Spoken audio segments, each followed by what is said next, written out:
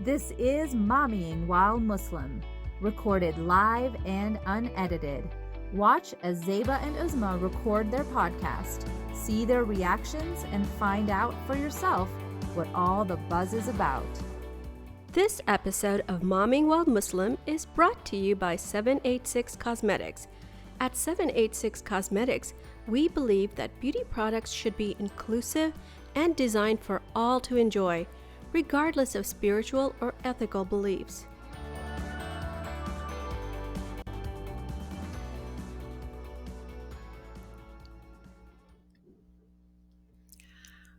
Assalamu alaikum, everyone. Welcome to another episode of Momming While Muslim podcast. This is Uzma Jafri. And assalamu alaikum, this is Zaiba Hassan. I feel like today we're a little bit grainy, but we're going to bear with us. Is it just me or is it grainy for you too? There we go. I feel like I'm pixelated, like I'm in a cartoon somewhere. Or I'm a cartoon version of myself, which does happen sometimes. But how has your week been, Uzma? Oops, now I think we're in a delay. And we're frozen. That's better. Are we frozen? Are we back? We're back. Okay, I was like, what happened? I think We're you have to pixelated. I mean, it just.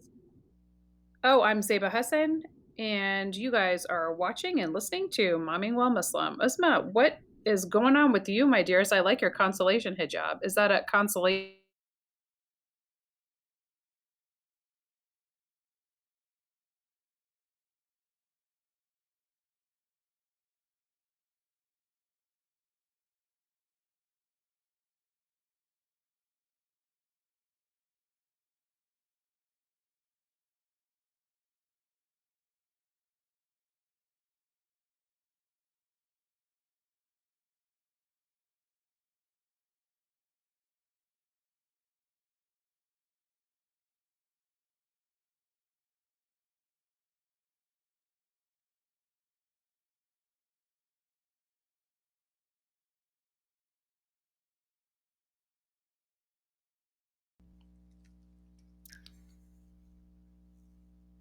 This is just a fun Friday.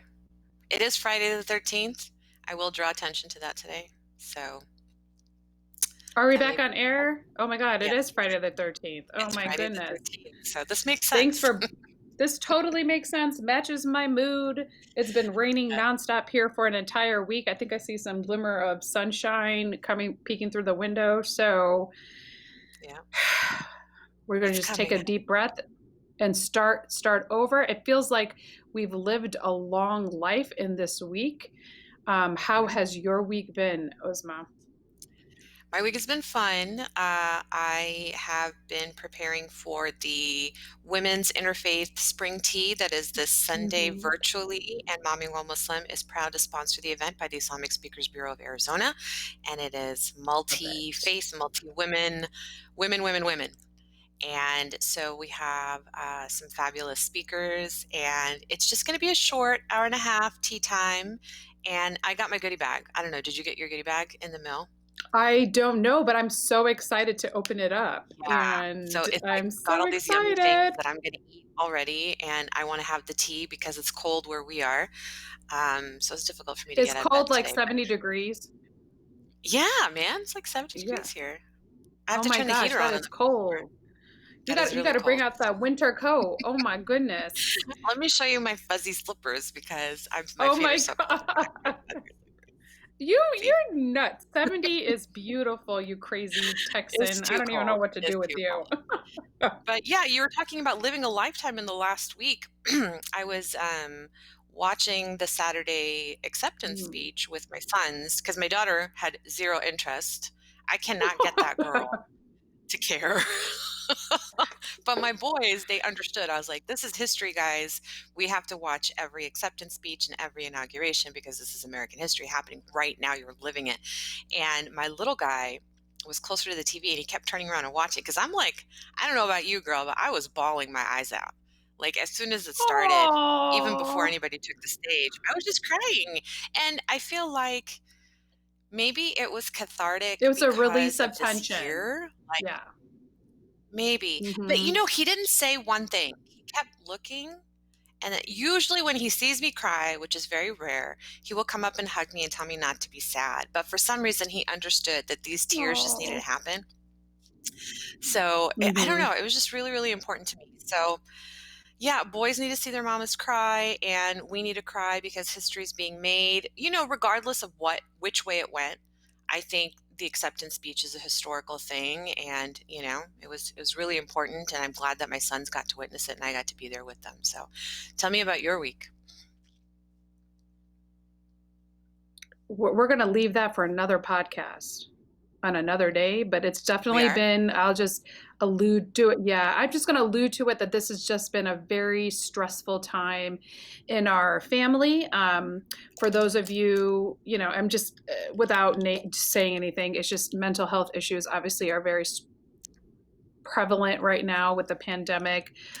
Teenagers, hormones, emotions, you know, check in on your kids. That's the one thing I'll have to say is right now that it is a little bit stressful for I think a lot of parents, especially with teenagers when their routines and all that are not necessarily something that they can count on, given that a lot of these kids are virtual, the skyrocketing of COVID.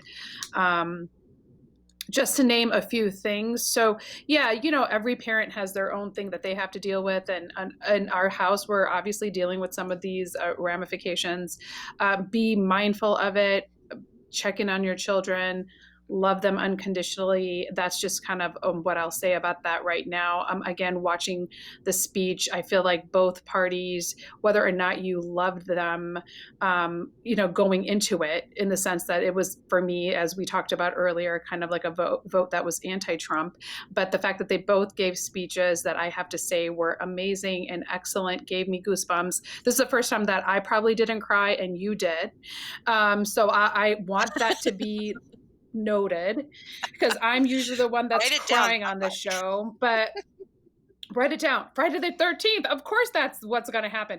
But it Mhm. was probably the one time I didn't cry. But I definitely have to say, like, and probably part of it is from a level of cynicism, a level of where I think we're going to kind of touch base on today. So I get your point. You probably cried because it was like cathartic and it was almost like a release of tension and stress that we've been slowly building up, like through the race, through watching like the negative rhetoric, the anger and animosity that inevitably is coming up, and some of those bad feelings that that come to the forefront, that's come to the surface, that we as Americans are now witness of. Like, it's not necessarily a victory that I would say is a clear-cut victory, to be honest with you. So I am cautiously optimistic in the sense that perhaps it'll be slightly different than the previous um, presidency. But the reality of the situation is I'm not sure.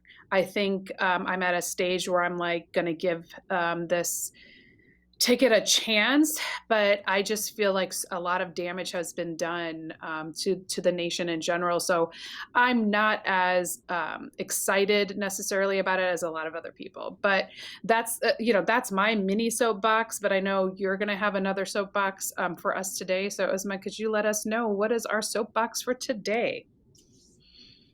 Well, I'm glad you talked about having a healthy dose of optimism, but maintaining your cynicism because there's still so much work to do. I feel like Saturday was our day of rest, and let us what's happening because, we knew the lawsuits were coming and all of that, but we just kind of needed to absorb that moment. And then starting Sunday, work immediately started. And so we said on last week's episode of Denial, watch Georgia because what's happening in Georgia is really, really important. So remember, the Supreme Court now has a Republican majority. And no, we are not anti any party. Like, all parties have a right to their platforms, but it matters who your judges are. So, with the death of RBG, Ruth Bader Ginsburg, and the confirmation of the latest Supreme Court judge, who is, who's made no uh, secret of her beliefs on women's health rights and reproductive rights, our Supreme Court is gone. Like, right now, the majority lies with the Republican Party. The Senate, our upper house, that has a lot of power, guys, is also a Republican majority. And they tantrum their way to block legislation, key legislation during the end of the Obama administration. They've pushed through a lot of stuff these last 4 years. And this election 2020, we actually lost seats in the lower house, in the House of Representatives. So the Democratic Party lost seats. And this is, again, going to be important in terms of legislation that gets passed in our country. So bottom line, Senate seats matter, and all eyes are in Georgia for this reason, because neither of the candidates running for the 2 Senate seats that were up this year were able to get a majority, over 50% of the votes. They have an automatic runoff election. That runoff election is going to be January 5th, 2021. In the meantime, there are 23,000 teenagers who are going to age in. They will become 18 years old by January 5th and will be eligible to vote. And the good news is they're allowed to register right now while they're 17. So there's a couple of movements that are working to register these 23,000 voters, because, I mean, when a vote is within 4,000 voters, these things matter. So 23,000 is not a small number. Georgia, with the help of Stacey Abrams and other sheroes, has done amazing work to end voter intimidation, end voter fraud, and things like, what her opponent and the eventual governor of Georgia did was close a bunch of polling stations in an election year. Who the heck does that, So she's worked around it. We're linking those organizations that are supporting the two, they're actually supporting registering these 23,000 voters. The idea is that these 23,000 voters are going to vote for Raphael Warnock, and the other candidate is John Ossoff. They are a reverend and a filmmaker, and they are running on the Democratic tickets. It's going to be important to get these guys support. So if you see those 2 names, we want you to know that those are the good guys. We'll be putting them up in our stories too, so you can follow along. And of course, in our show notes, you will have links to the 2 organizations that are registering these teenagers, and they are the New Georgia Project and Black Votes Matter. So grassroots organizations are always close to our hearts. We hope they're going to be close to yours, and that we'll take our eyes off of Georgia and start working our hands for the Georgia cause. That's our soapbox for today. Yeah, I mean, this is the election that really shows and proves, right, that your vote does actually matter. 'Cause when you're down to in the hundreds or the thousands, every little vote is being counted. And I actually feel like that happened this year specifically because we had more opportunities to, one, we extended the voting time. We had more mail-in ballot opportunities. We actually were more open, which is why I think it was such a huge turnout in voters for in general, right? Because there's just more opportunities for people to vote. So I feel like, one, I hope they realize that the participation went up because we extended some of these rules and guidelines, and perhaps we can use this, carry COVID aside, perhaps to be able to use this in elections for years to come. So that's what I'm hopeful for. But I know this month, we've been kind of going over the different stages of grief, and you were excited and we're happy on some level that the Democrats did win the presidency, obviously for a multitude of reasons.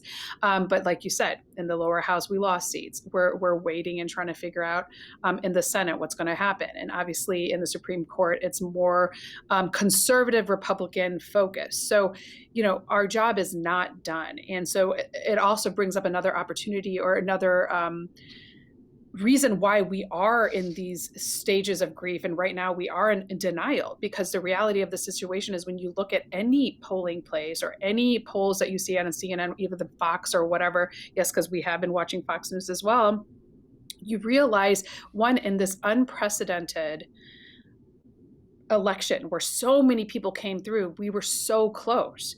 And that goes to show you the first time around when Trump was running, you didn't really know what he was about. This time, we do know.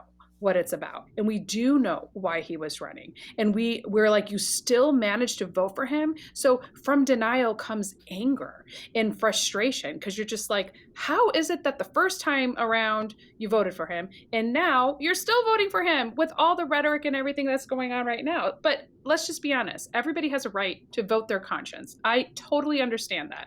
Our issue was trying to understand how that particular vote could be conscionable as both Muslims and American in this current democracy, because, our life, liberty, and some parts of our pursuit of happiness have been deterred and hindered with some of the speech and rhetoric that this other the previous presidency actually said to us.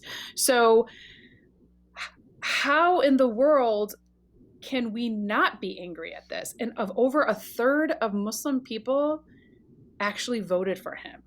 So we didn't necessarily want a Muslim mom to kind of bear the brunt of potential judgment, because we did actually go and ask a couple people that have voted, like, why, and they didn't really want to come out. And the reality of the situation, I was talking to the love of my life, and he didn't vote for Trump. I just want that to be said, but he kind of did give me a perspective about why certain demographics, potential voters, would actually vote for him. So instead of inviting a mom, I decided to invite my husband, Zafar, who isn't a Muslim mom, but he definitely got me to understand a little bit about why the Muslim voter would vote for somebody like Trump. Hey, honey, happy almost birthday. So I'm going to just say that he's celebrating a big birthday this year. So I just wanted to welcome my husband, Zafar Hassan. Assalamu alaikum, Zafar. Everybody, and thanks for having me. I do want to note, as I said before the show, I was quote unquote invited to come onto the show today, meaning be there on time. Now don't be late. And so that's how I wound up joining today. Well, I'm glad to know that. A little bit browbeat, no worse for the wear. So, Zephyr, we usually start by asking our mom guests to tell us their mom's story. But in your case, we're going to ask you to talk a little bit about your kids, if you're comfortable, and then your dating philosophy. And then you can wrap it all up by talking about how wonderful a mom your wife is. Yeah, the last one's the easiest. She's actually a fantastic mom and wife, and the kids have been very blessed on that. In terms of parenting philosophy, I'd probably keep it relatively short. I think we share a view that environment is everything, right? And so we want the kids to be able to talk, and we're not demanding from themselves perfection or even from ourselves. On the contrary, I think our hope is to get them talking to us, so we can sort of, as I say, head shape them, and or as my parents say, brainwash. You must brainwash the kids, but you got to get them talking to do that. And so we put a a premium on trying to get them to talk to us and just sort of hear and understand where they are, and then we can kind of roll out the velvet gloves. And I don't want to come across as somebody who pretends to know the answers. This is a journey. We all go through the journey. I think a lot of Muslim families, I think a lot of American families, I think a lot of American Muslim families face the same tensions. And when I talk to people, like at my office, they'll say, we had a teen drama night last night. And that happens in our house sometimes too. And I think instead of pretending that that's not true, we probably all gain a lot more by understanding that we have these things in common. Usually inside of a probability distribution that's somewhat normal. And then there are times where it's outside, it's on the tail end one way or the other. And then maybe you might need something a little bit more professional. I think we've been fortunate to be inside the middle distribution, and probably, through family tradition and all the rest, education on the healthier end, but it's not like that for everybody, and we don't judge. Fabulous. Yeah, I mean, we're trying. Everybody is doing the best that we can, and just to go with what he was saying, like the fact that we actually do complement each other, parenting style wise. I appreciate it because I definitely would not be able to do this without him. So I appreciate that. So thank you, honey, without making you feel weird. But we've kind of seen all the preliminary graphics by NPR on the religious vote in this country, and even including some of our own Islamic organizations that have put out these demographics. But can we just talk a little bit about whether or not you, as Zafar Hassan, think that we live in a democracy versus a theocracy just for a moment? One, can you explain the difference? And two, which one do you think we're actually in right now? Yeah, so theocracy is a religious-based government, and democracy is one where you wind up.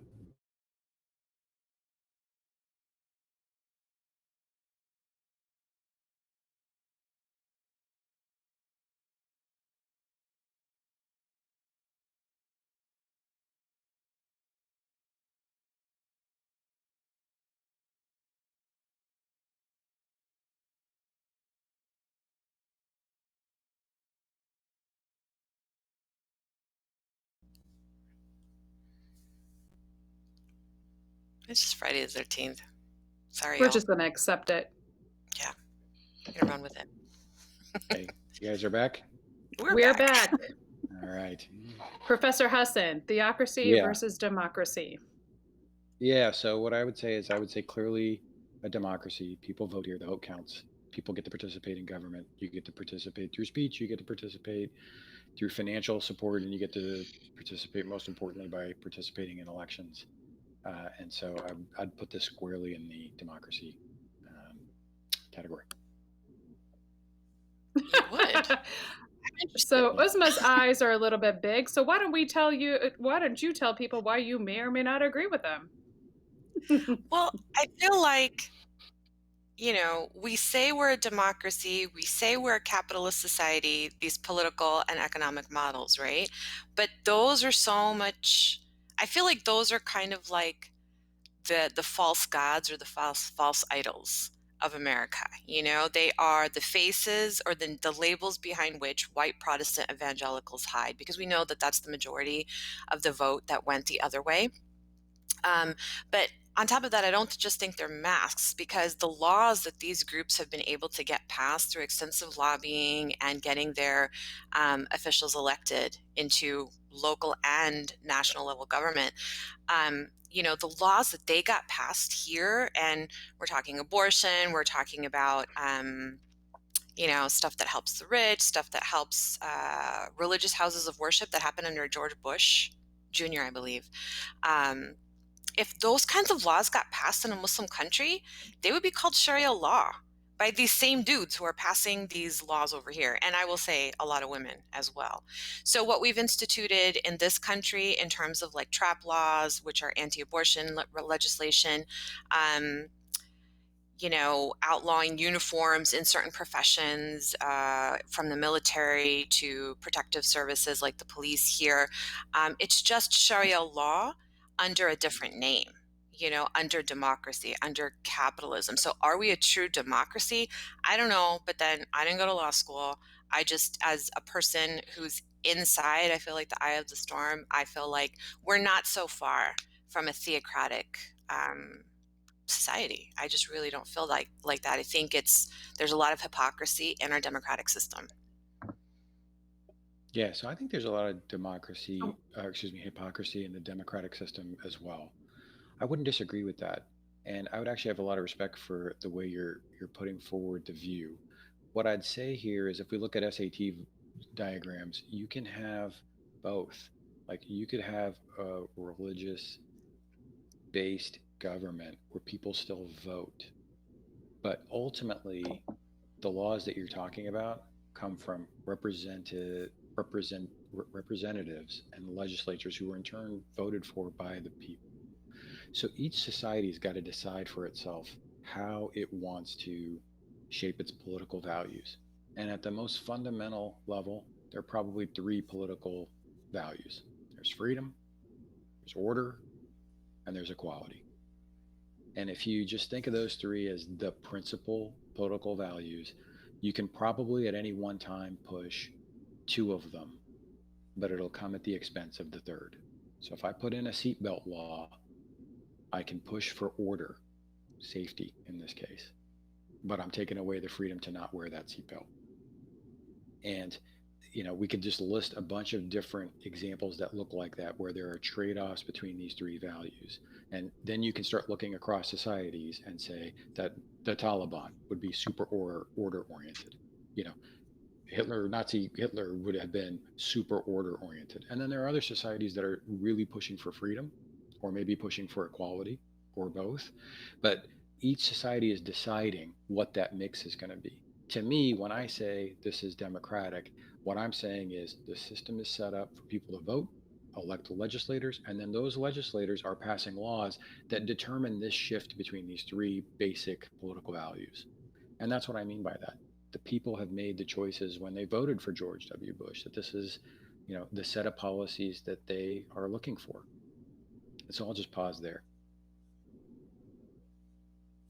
No, I think that's fair. No, I can yeah, and hang with that. Go ahead.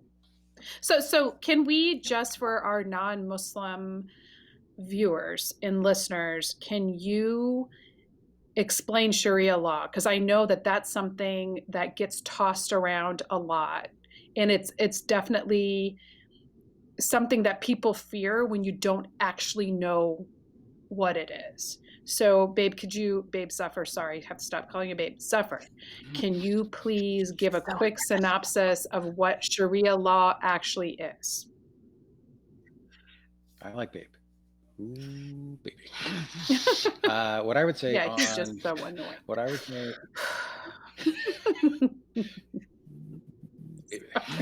So here's what I would say on. Okay, say the law.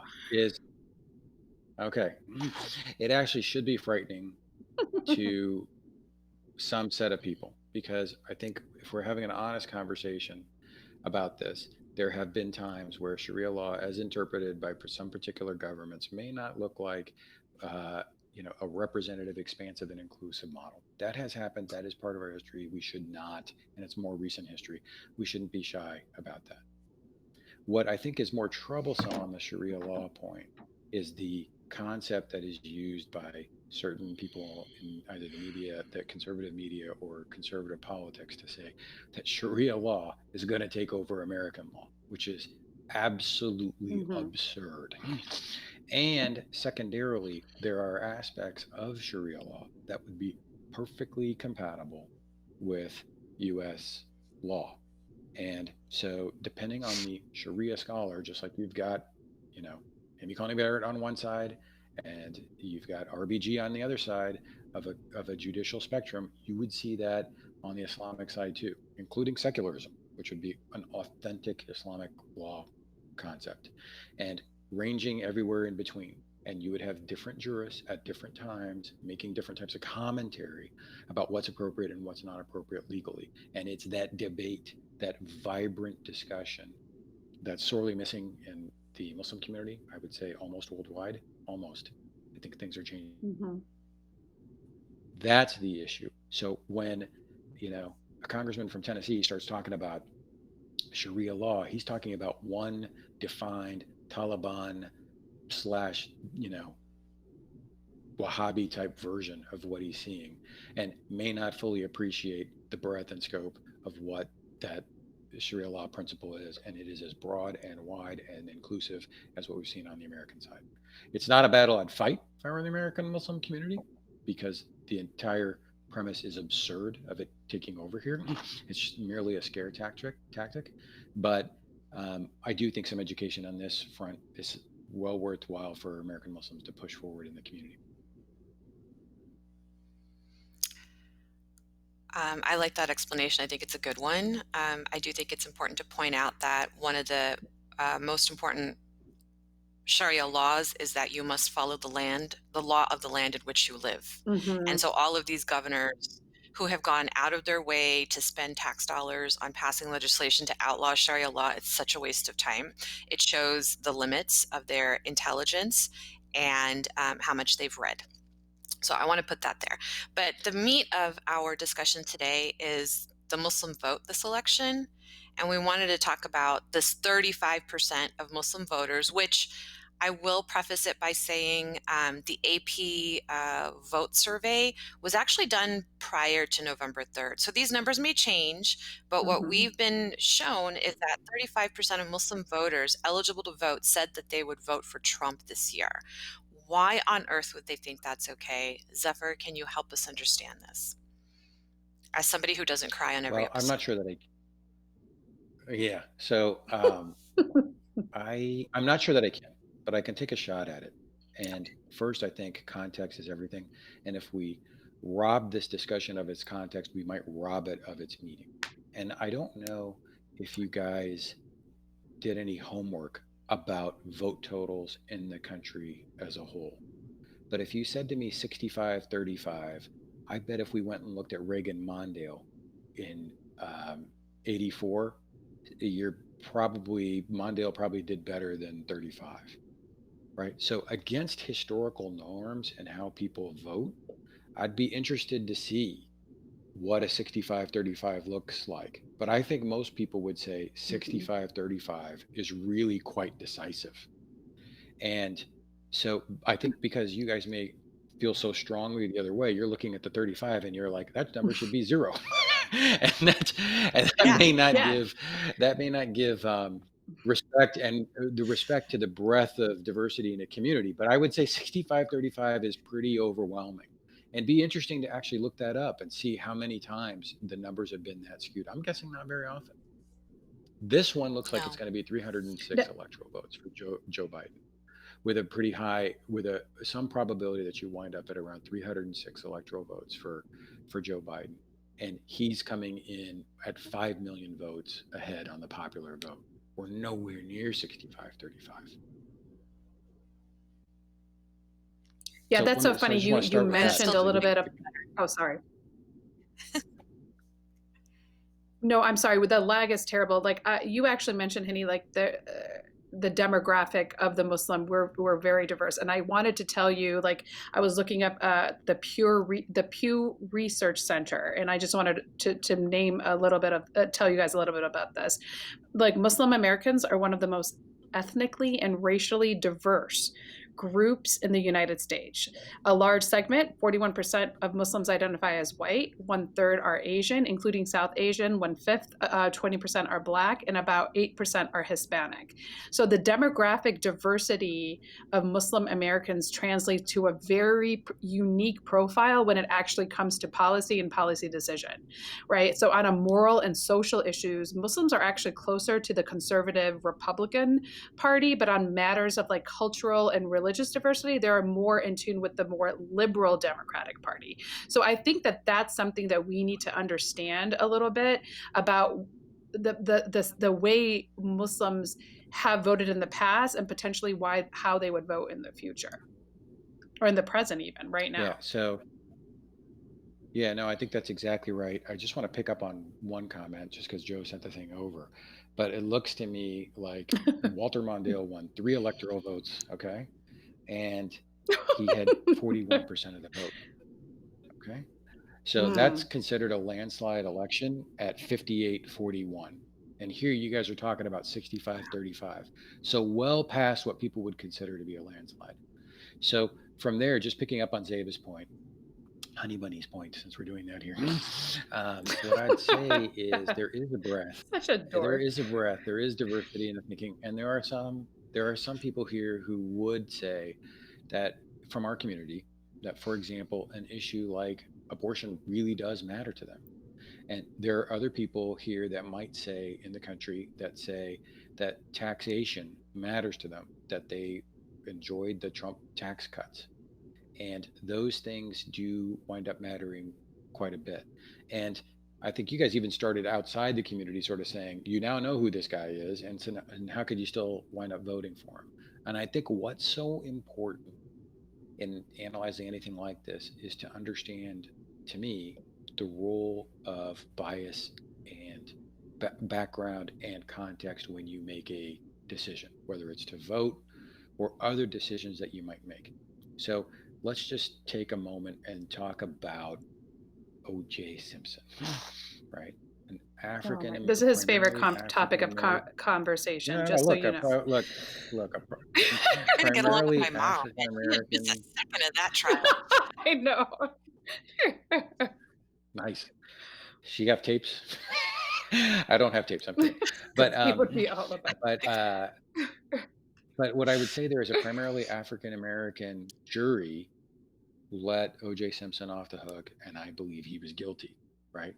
And if you look at Rodney King, a primarily white jury let the cops off the hook, even though there's video of them beating Rodney King um, well past what was necessary, right? And so you have the role that race, for example, or the role that, well, in this case, race, plays in people's perception of innocence or guilt. In the case of whites, how they viewed those cops. In the case of African Americans, how they viewed OJ is huge, and it colors your perception of what is right and wrong and how you wind up making a decision. And that's just so important to understand whenever you're looking at a vote count or anything else.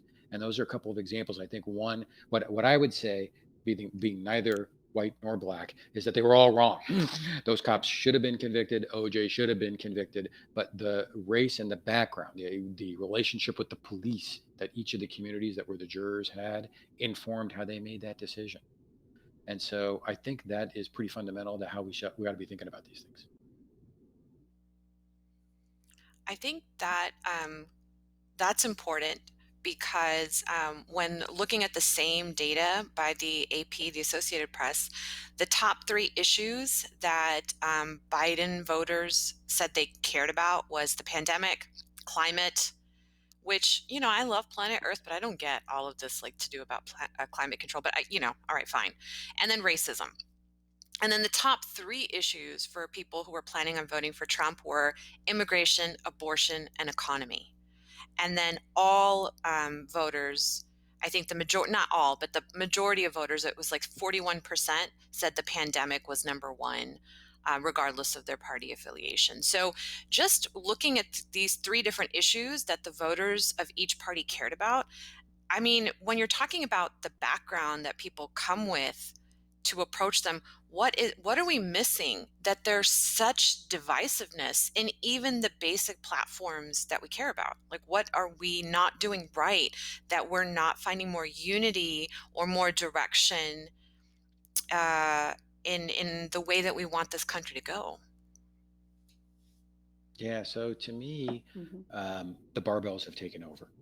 And what I mean by that is, if Barbells? again, I set out a normal distribution, yeah, the barbells, I'll tell you what I mean. If I set Mhm. out a normal distribution of voters, then what you'd want to see happen is that you've got one end that's to the right, and they're just not going to move off of that. You've got another end that's to the left, and they're not going to move on that.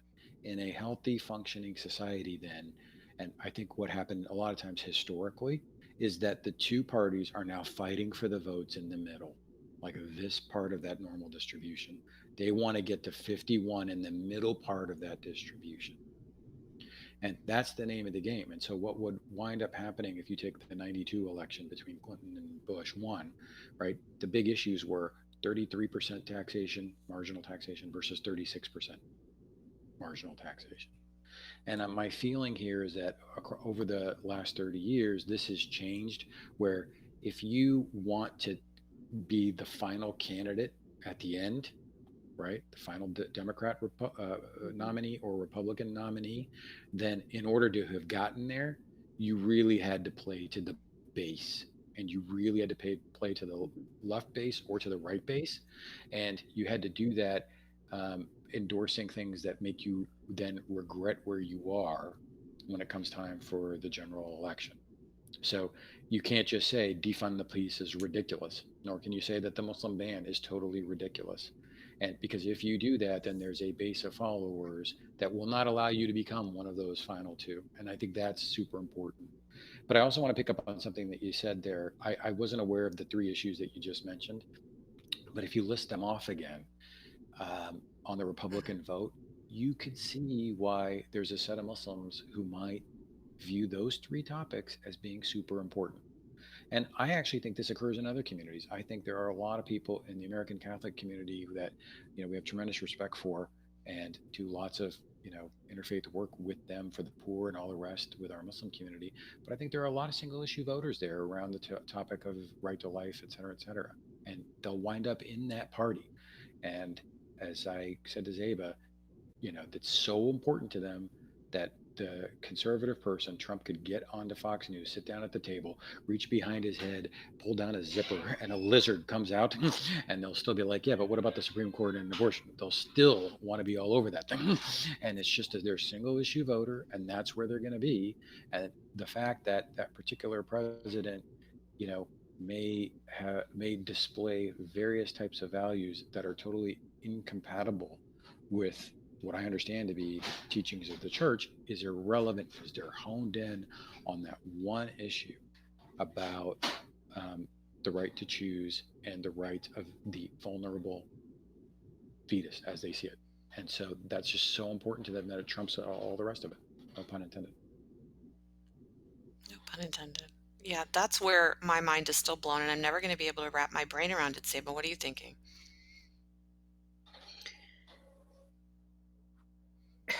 We've always talked about this before. Like, I am, probably more moderate and actually, believe it or not, more on the right side of moderate. We've talked about that openly, but because of certain racial things, I've voted against what I would normally vote for because I feel I agree with what Zafar's saying. That the barbells have taken over, these crazy extreme people. I should not say crazy because that puts some sort of judgment call. I'm not going to say that. The extremes of both parties have taken over. So then somebody like myself that's literally right side of the middle for a lot of things because I am in that demographic. We had our abortion conversation, but I'm also like not willing to have the government come in and take over the rights of other people. So I'm open enough and to understand that other people feel differently, and I'm willing to vote that way. But the reality of the situation is I would love to have a more moderate candidate in general that actually practices what they preach on, a social, economic, domestically, like overseas. And I'm not as optimistic that even with the change, the quote unquote tide being changed, that it's just I feel like it's going to be just more of the same, to be very honest with you. And history has kind of showed that, but they just put a different face on it, but it is more of the same. Is he better than Trump? Yes, because I feel like that aggression, the way that he talks, the way that, he definitely has some mental health issue. Open up with that. Now we're just going to talk about that. So do I want him to be president? No. But I feel like, when we think, oh, the tides are changing, I don't feel within my gut that that's going to be the case. So I don't know where that leads. So that does make me angry. Like, to go back to our original topic of anger, like what is wrong with our society or with what has happened to our democracy? Or maybe it's always been there and I'm just becoming quote unquote woke or more awake to the situation. What can we do as a community to kind of address these types of issues? I don't have the answer to that, but I feel like we need to start having these types of conversations because I am very leery of passing this down to the next generation. Yeah. Zafar's talking about voters voting based on single ticket issues. And to me, that says that, and I remember being in high school and being the opposite party and saying, I don't care about what else such and such believes as long as they're pro-life, I'm voting for them. Which, as a high schooler with the full course load and, my stupid high school drama, I didn't have time to research the other issues. But okay. Right. I was in high school. It was my first time voting. I get a pass. But for grown adults who have vested interest in knowing all of the issues, where are we going wrong? And I think that that is more of a systemic problem. It's not just in the classroom. It is happening outside of the classroom where, going back to another reference Zafar made, there's brainwashing happening where people are not learning the issues. And I think that's the situation. So on observing and on surveying some of these Facebook groups and conversations that are happening, Muslims that are Mhm. justifying their vote for Trump are saying, we voted for because we like the tax breaks. We voted, like we talked about, on abortion. We voted because democratic foreign policy has historically not been friendly to Muslim nations. We had the drone attacks happening under Obama.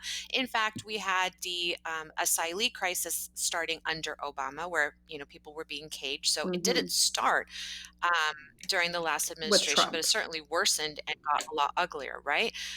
Israeli support, even though the Democratic Party has always talked about a two-state solution, they've never actually done it. It's only been empty words. And so people who voted for Trump saw the duplicity in international relations, pro-Israeli, and we're talking about being pro-Israeli as being anti-Muslim, but being anti-Israeli is not being Mhm. anti-Semitic, if that makes sense to anybody, okay?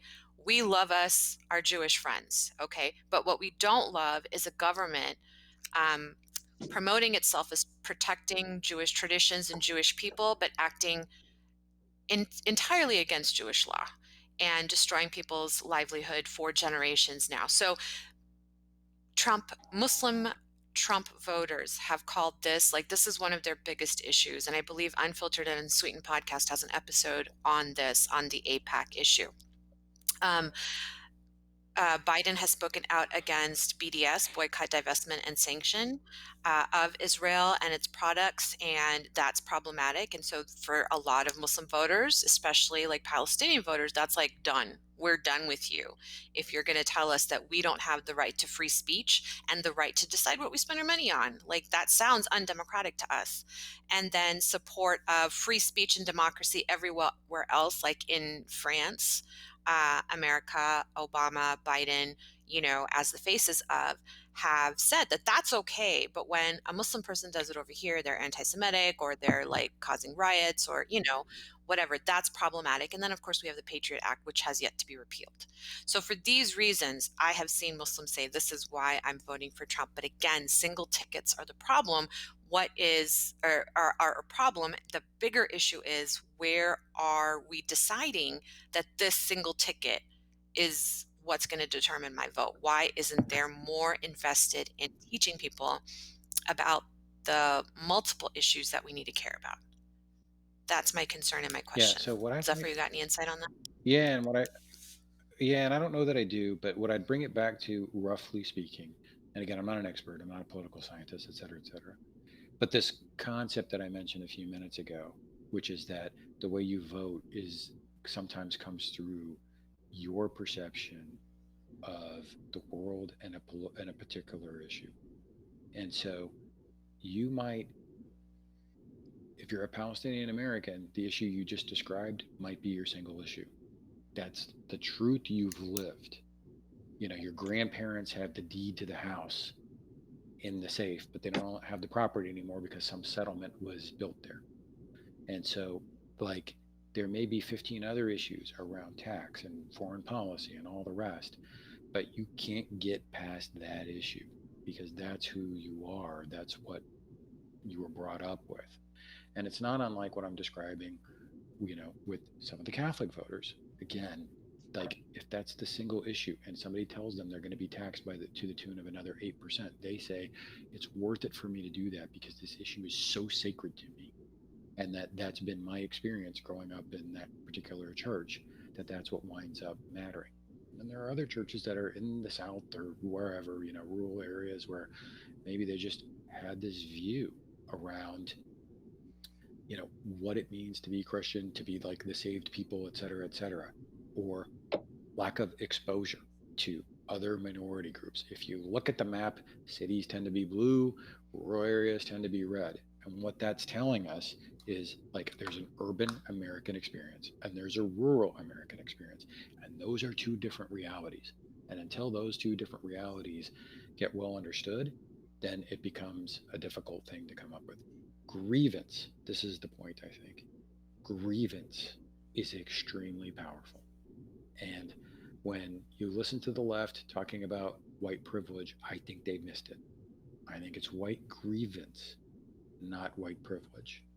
And when we Mhm. talk about an African American jury that lets OJ off the hook, it's because the police mistreatment in the community, the use of force, the improper training of police has given that community a particular experience with the police, and they're not going to get past that, nor should they. That's a very difficult thing to get past. And so ultimately, what we have, and this is why people think it's so divided, is a set of communities and a set of voters that have competing sets of grievances. And the real shame of it, from my perspective, is that there are lots of these different grievances that exist that people really should be able to rally around, right? So I actually think after, say, George Floyd, there would not have been many people who said, okay, that was okay.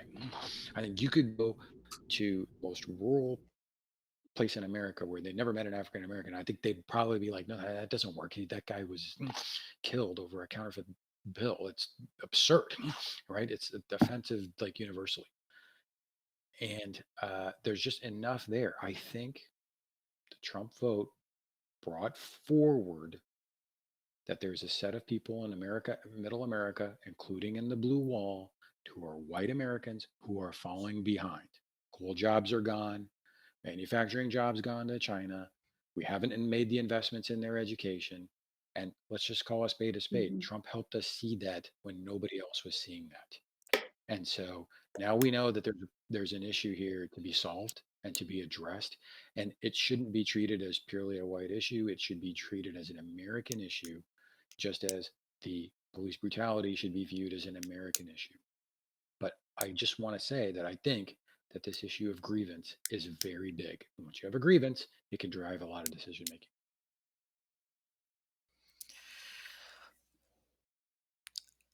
I like that. I was kind of reaching more for the systemic privatization of our press.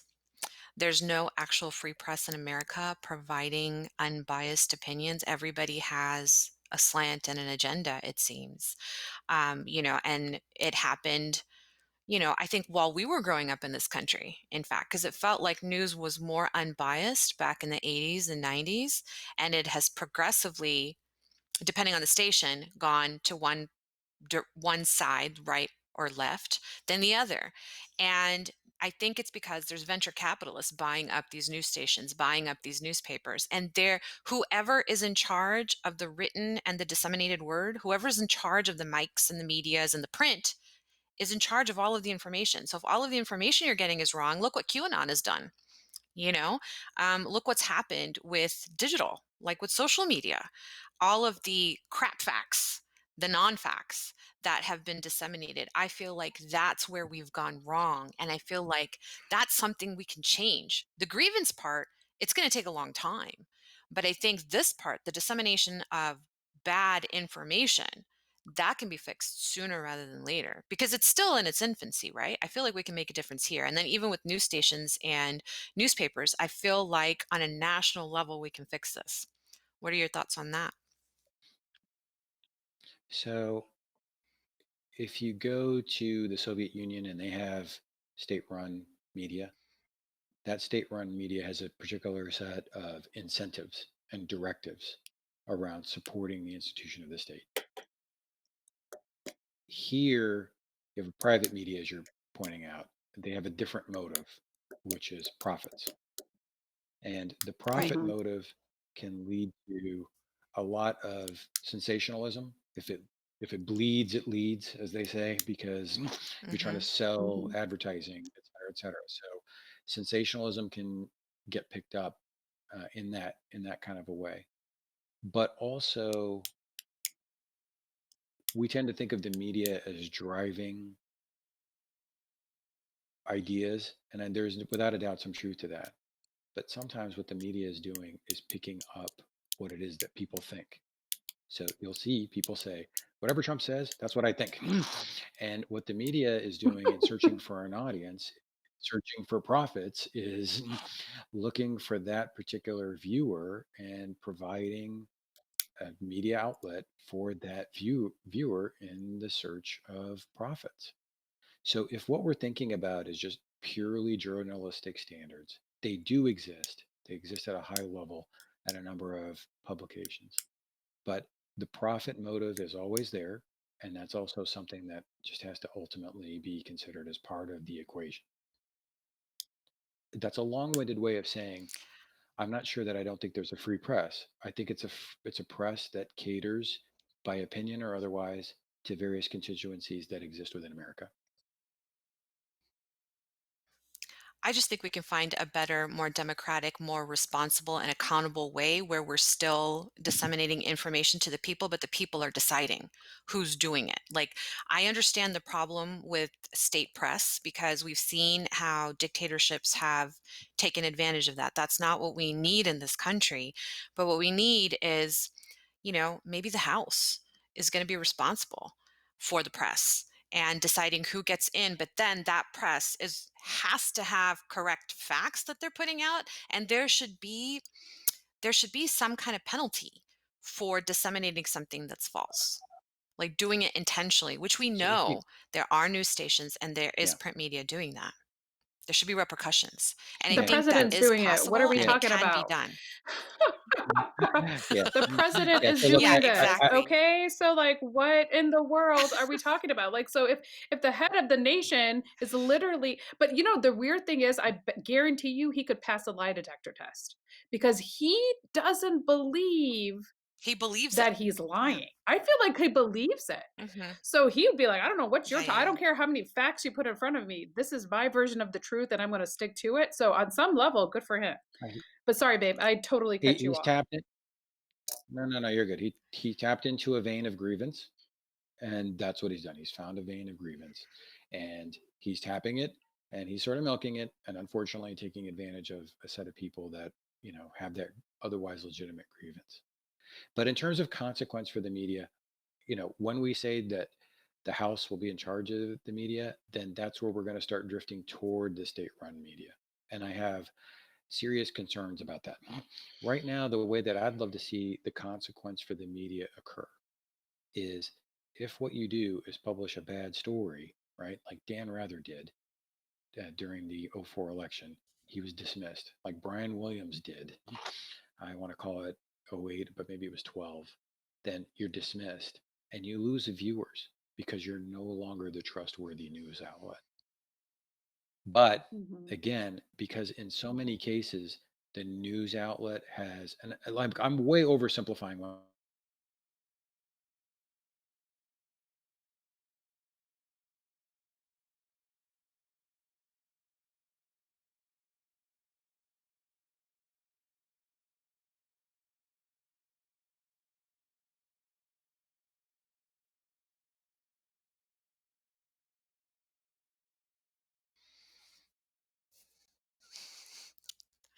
I think we're back.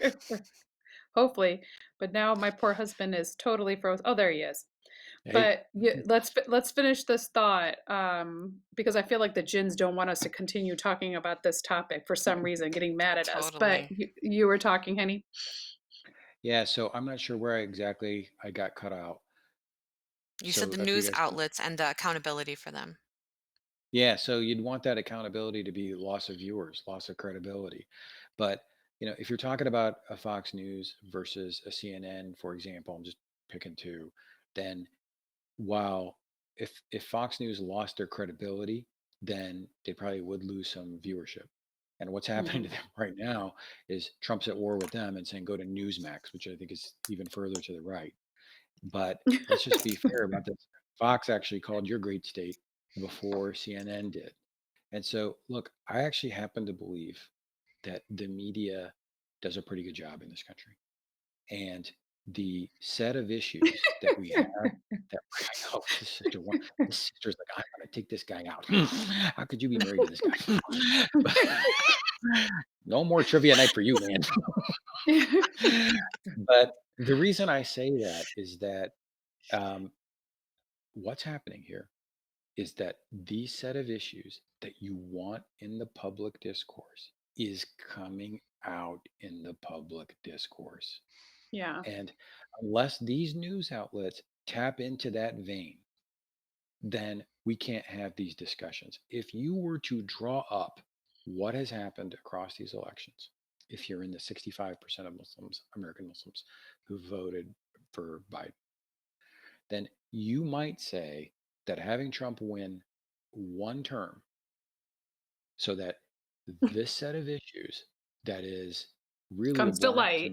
America comes to light, I gets agree. fleshed out, people start a dialogue, Yeah. and then he loses on the reelection. Having lost the popular election on the first one, this all could be healthy and this could all be cathartic because the next guy who wants to come in has to now think about all that. Like, do I really want to come out and say, I don't like people who got captured? Because I think there's a very good chance that Trump loses in Arizona. And I think there's a very good chance that if he does lose in Arizona, it's going to be because of Cindy McCain and because the guy said, I don't like people who Mhm. get Oh, captured. yeah. It's deeply offensive. You It's don't mess deeply with offensive. McCain. And I think, by the Not way, in this state. yeah. And by the way, we'll have to see as you mentioned earlier or anywhere. You don't mess with McCain anywhere, in my view. And the same thing in Georgia. Like what happened in the 2018 election, it may be the type of thing where we'll see what happens on the Senate side, but there's a good chance Biden wins Georgia, and that hasn't happened, I think, since Jimmy Carter, but I may be wrong. Oh, you know what? I think Clinton might have taken Georgia. Forgive me, It hasn't happened Southern since Democrat. Jimmy. But oh, okay. My bad. But what I'm driving at here is now this guy has won. He ran 4 years of this policy. 70 million people are voting for him, but 74 million people are voting against him. And what they're really saying here is we're not having this. Like this is not acceptable. Like by vote. We looked at this, we tried this out, and it's not working. And if that's the dialogue, then that would force the party to take another direction or face losing again. And so, in my view, if you're like me and you are not a fan of Trump, and that's putting it mildly, and but you weren't thrilled about Biden either, right? Then I think Mhm. you know what you're seeing here is that with good candidates, it can wind up happening. But all dialogue is good dialogue. All dialogue forces these issues out onto the table. How do we want to treat our American Muslims? How do Mhm. we want to treat our Hispanic American Muslims? How do we want to deal with immigrants generally? How do we want to deal with illegal immigrants? And the media is helping us to force these issues onto the table so that they can be discussed. And the alternative is for them not to report on these things and not to show the views of Fox viewers. And then none of us even know that this issue is out there and it cannot be addressed. Then the long arc of dialogue and discourse and justice is only going to come through dialogue and education. And by the way, that's exactly what you guys are trying to do here. By the way, I have one more regret as we Mhm. wrap this up. I am way more funny than I've gotten to be on this podcast. So you guys have to bring me back again at some point so I can work my material. We can do a I've do-over, or we can heard do this another episode material where you get way. to bring out like the slapstick. The fun side, yeah, he drives me nuts because he thinks he's his biggest fan. So, and I'm second to that, but he is his biggest fan. And I do thank you for That's forcing good. you to be on the show today because I feel like you are able to articulate certain points in a non-confrontational way because I know we're all a little bit heightened right now, as evidenced by Uzma's facial expressions because she wears her feelings on her face, and I love that because it provides, to your point, we Right don't have here. to disagree. We don't have to agree, right? That's the reality of the situation, and Mhm. change and dialogue can only occur if we can respect everybody's viewpoints, even if we don't agree.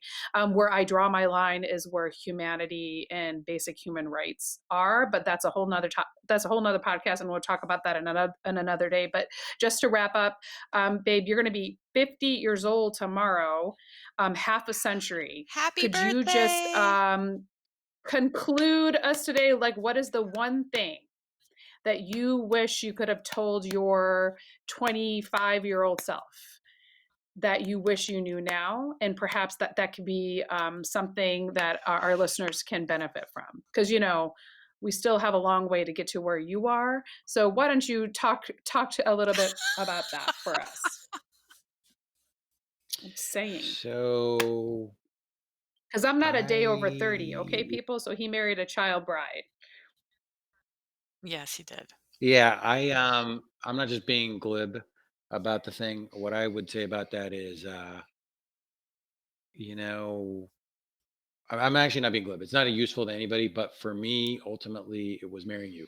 Like I would tell me to marry you, and out of that Oh, flowed a lot of good things in my life. you're I've sad. been You're blessed. silly. Yeah, I know. How much I've did been I pay honestly, I've you been for this blessed. She's episode? gonna cry. Yeah, You're so no. silly. I mean, I look, know. honestly, all kidding Why? aside, I all finally put on all makeup kidding today aside, after like 2 weeks. Are you kidding me? No. yeah, no, that's what I'd say. I'd say make sure you marry Zaba because from there, 4 kids, and we have a Oh, comfortable home, and I've been blessed. I love my life, and I feel good about that. All those pieces about it, and it's all just a blessing. So that's ultimately what it comes down to. Alhamdulillah. oh. Happy birthday, man. Well, You won the you episode. you will Thanks. get a yeah, you went yay! Thank you so much for joining us today on another episode of Momming While Muslim. Jummah Mubarak, everybody. Hey, Joe. Thank you for watching this episode of Momming While Muslim, brought to you by 786 Cosmetics. Our halal nail polishes are also certified vegan and cruelty-free by PETA.